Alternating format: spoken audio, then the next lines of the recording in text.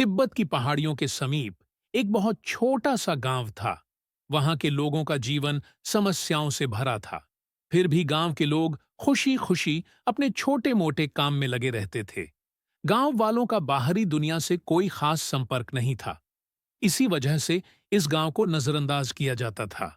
कोई भी सरकारी योजना इस गांव तक नहीं पहुंच पाती थी। दिनों दिन गांव की हालत बदतर होती जा रही थी। गांव के सभी लोग पुरानी प्रथाओं के अनुसार ही गौतम बुद्ध जयंती मनाया करते थे, और इस दिन गांव के ज्यादातर लोग बौद्ध भिक्षुओं की तरह पोशाक पहनकर ध्यान किया करते थे। हर साल की तरह इस बार भी गांव में गौतम बुद्ध जयंती मनाई जा रही थी। गांव के सभी लोग उत्साहित होकर त्योहार का लुत्फ उठा रहे थे।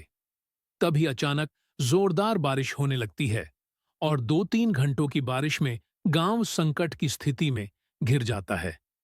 गांव के चारों तरफ से पानी की बड़ी बड़ी लहर आने लगती है।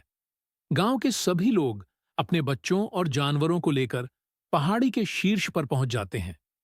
ऊपर पहुंचने से सभी अपनी जान तो बचा लेते हैं, लेकिन उनका गांव बाढ़ में तबाह हो जाता है। गांव वालों को अपने घरों से ज्यादा इस बात की चिंता होती है कि इस बार वह बुद्ध जयंती नहीं मना सके। पहाड़ी के ऊपर बैठे बैठे शाम हो जाती है, और सभी गांव वाले दुखी मन से पहाड़ी के ऊपर बैठे होते हैं।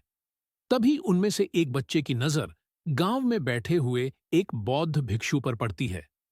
उनके चारों तरफ पानी की तेज धाराएं गुजर रही होती है, लेकिन फिर भी वह अपने ध्यान में मग्न होते हैं। जैसे ही बच्चा यह बात गांव वालों को बताता है, सभी लोग उनकी तरफ देखकर हाथ जोड़ लेते हैं, और उन्हें लगता है कि यह जरूर कोई अच्छा इंसान है जिसने उनके गांव की परंपरा को टूटने से बचा लिया। और इस वर्ष भी सुबह से शाम तक ध्यान लगाने की प्रथा बनी हुई है। गांवों के चारों तरफ पानी होने की वजह से किसी की हिम्मत उस भिक्षु तक आने की नहीं होती। सभी पहाड़ी के ऊपर से जिज्ञासु भरी नजरों से उन्हें देखते रहते हैं। जैसे जैसे रात होती जाती है, गांव में पानी का स्तर और भी बढ़ता जाता है। लेकिन जिस स्थान पर बौद्ध भिक्षु बैठा होता है, उसके चारों तरफ प्रकाश की अद्भुत रोशनी दिखाई देती है, जिससे सभी गांव वाले चकाचौंध हो जाते हैं। अब उन्हें लगने लगता है कि हो ना हो, यह जरूर कोई पुण्य आत्मा है। इस गांव वाले सारी रात यह नजारा देखते रहते हैं, और देखते ही देखते उन सभी की नींद लग जाती है। जैसे ही वह सुबह उठते हैं तो उनका गांव स्वर्ण नगरी में बदल चुका होता है। गांव के सभी लोग सोने का गांव देखकर सन्न रह जाते हैं। उन्हें यकीन नहीं होता कि जो गांव बाढ़ की तबाही में पूरी तरह नष्ट हो चुका था, वह इतना खूबसूरत कैसे बन सकता है। सभी खुशी खुशी दौड़ते हुए पहाड़ से नीचे उतरते हैं, और पागलों की तरह हर घर के अंदर जाकर देखते हैं। बड़ी बड़ी सोने की दीवारें, सोने की छत, सोने के दरवाजे, और यहां तक कि उस गांव की सड़कें भी सोने में बदल चुकी होती हैं।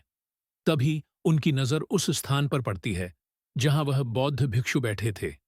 गांव के लोग देखते हैं कि वह भिक्षु भी सोने की मूर्ति में बदल चुके थे।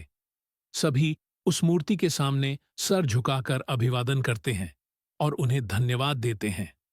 गांव के लोगों को पूरा यकीन हो जाता है कि इनके चमत्कार की वजह से ही यह गांव इतना खूबसूरत बन गया। सोने के गांव की चर्चा दूर दूर तक फैलने लगती है, और कुछ ही सालों के बाद गांवों में रहने वाले हर व्यक्ति का जीवन खुशियों से भर जाता है। और आज भी गांव के लोग उस बौद्ध भिक्षु की मूर्ति को गौतम बुद्ध की तरह पूजते हैं।